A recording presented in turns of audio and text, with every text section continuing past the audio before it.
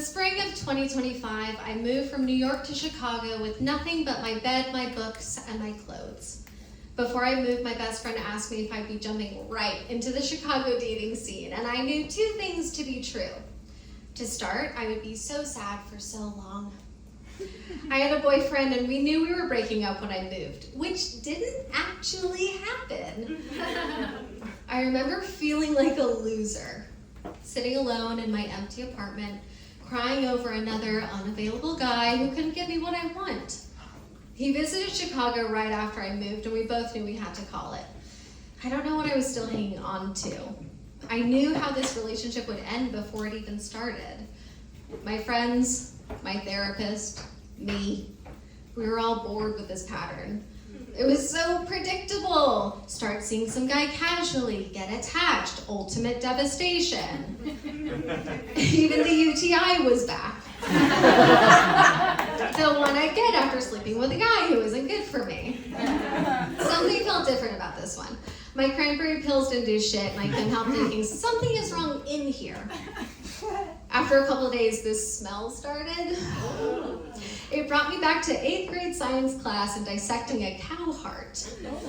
But the smell wasn't coming from a cow heart, it was coming from me. The day I pulled a 5-day-old tampon out of me is the day I started my year of celibacy. Chicago in the spring is sort of perfect for going through a breakup.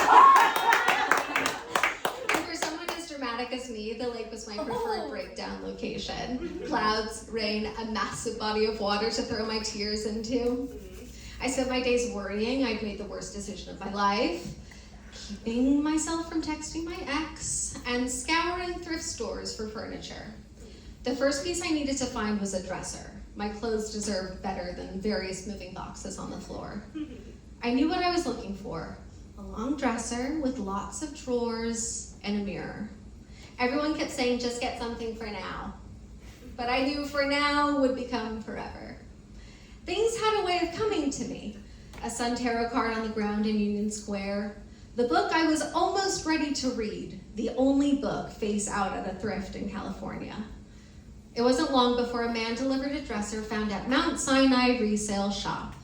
Long, with lots of drawers and a mirror. I put my trust in the thrift gods and they delivered. It's a bit gaudier than I wanted, but still everything I asked for. Somehow having the dresser made my studio look more empty. I spent a lot of time in my apartment. My year of celibacy was off to a great start, though. It's really easy to be celibate when you don't see anyone. Celibacy was something I'd thought about before. After every breakup, I thought about it, but I didn't pull out a mummified tampon after every breakup. Maybe that's what kept me going. Or like I said before, I was so sad. I was the kind of sad where I had to stop listening to music. Because all music made me sad. Phoebe Bridgers, Mitski, sure. But Beyonce? I couldn't even listen to Renaissance because it made me sad. I wasn't happy enough to enjoy it. I had to stop before I found myself in a Radiohead hole. I've been there before, and it's not pretty. But I had to do something to waste away the hours of my first ever office job. So I did something radical. Something I had never done before. I started listening to podcasts. Amy Poehler, Laura Shane Halls, and Carrie O'Donnell kept me from going full tilt psycho. Everyone says summer in Chicago is the best. Rooftop bars, the sun is back, lake culture. That all sounds great and I'm looking forward to it this year, but my first Chicago summer was spent doing nothing. No dating, no apps, no texting my ex. Sometimes doing nothing means fighting your demons. I didn't text my ex, I texted my friends instead and said things like, I just want to text him. But they were proud of me and all the nothing I was doing. As the days got longer, I started to feel more like myself. The sun will always bring me back. And then my ex texted me. Hey, how's Leo season going?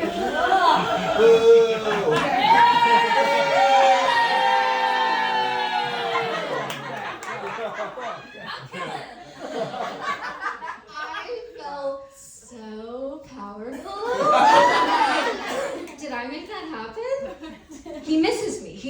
about me. He's going to be in town soon, and would I want to get dinner? Oh, no. Did I want to get dinner? Well, yes, but then what? Where does that leave me? But I missed him, and it would be nice to see him, so maybe a quick drink instead? Throughout our entire relationship, I kept telling myself to just decide. You know what you need to do, so do it. The next time you feel like reaching out, please don't. It hurts too much. Delivered. Amen. Queen! Red. At Packet to TPM. I remember bravery feeling like death. But the next day I felt proud and completely disinterested in sex. I didn't think it was possible, and I did the best I could, but my vibrator died after weeks of no orgasms, and I just put it away. More nothing, I guess. Although something was starting. I had been rattled, and I had to stand up for myself, and now I hated my ex. With this newfound anger, I wasn't putting up pretenses, trying to be nice to men. I certainly wasn't known for that before, but now I really wasn't holding back. I didn't care what they thought of me or anything. I wasn't considering dating, so I didn't put any consideration into the men around me. Summer turned to fall. I got an armchair from Brown Elephant, perfect for reading and sitting in weird shapes. I tried new ways to arrange my apartment and found something that worked. I also stood in my childhood best friend's wedding. There were people in attendance who I hadn't seen since high school graduation. Through their eyes and astonished faces, I saw myself. The same girl they knew, but more.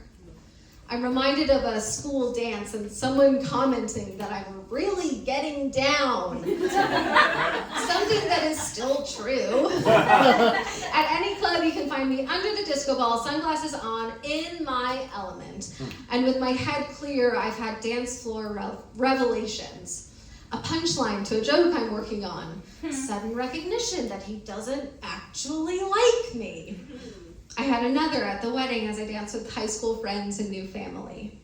I had been chasing affections, begging for love, trying to be someone different my whole life.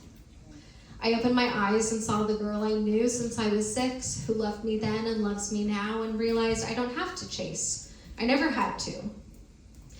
I got a Billy bookcase. Sometimes you need IKEA. And a reading nook appeared. I picked up a table too off Facebook. I like having a service to work on, but every way I rearranged my furniture was terrible.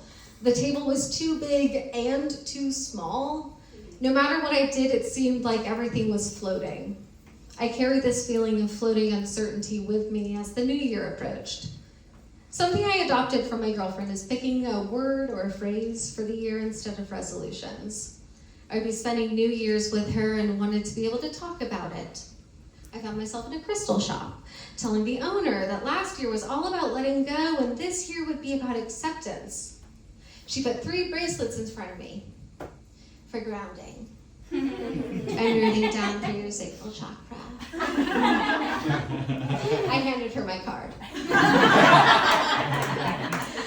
I brought my bracelets, my word, and my pajamas to the New Year's Eve house party. I knew it'd be 4 people before the night started, but I'll never say no to a house party. We all danced and talked about our achievements that year, and by the time the countdown ended, I knew everyone. The next morning, we debriefed over a game of Monopoly Go, and my girlfriend said, yeah, I went looking for you when you were holding court in the other room, and I thought, oh, she's doing great. I think people might actually like me as I am. When I get home, I toss the table. I'm getting better at letting things go. I think a lot about my new bracelets and how I can connect to my sacral chakra if I'm on a celibacy timeout. I think about self-pleasure while I cook my comfort meals. Desire slowly makes itself known again, thanks in part to Gay Hockey Show.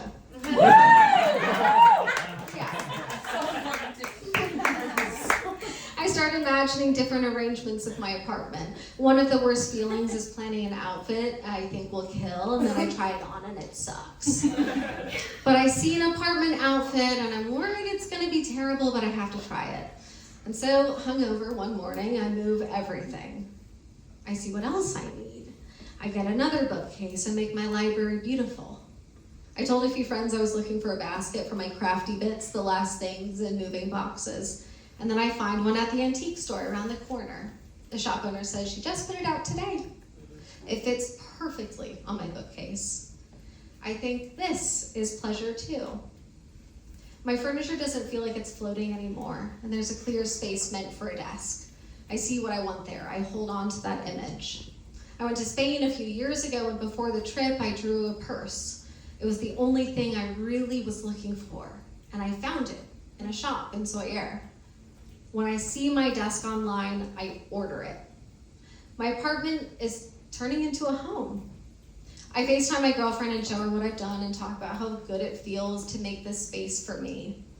You've been working so hard on yourself, and I know celibacy has been a challenge, but you moved to a new city and you're killing it and giving so much love to yourself, and I'm so proud of you. When she says it, I believe it, and then I actually believe it. Celibacy was the goal, but as it turns out, it was just a vehicle to allow myself to learn to like me. Dare I say love me? When I moved to Chicago, I knew two things to be true. I would be so sad for so long, and it would take me a long time to get all the furniture I needed. Today marks 1 year of celibacy, and my desk will be delivered this weekend.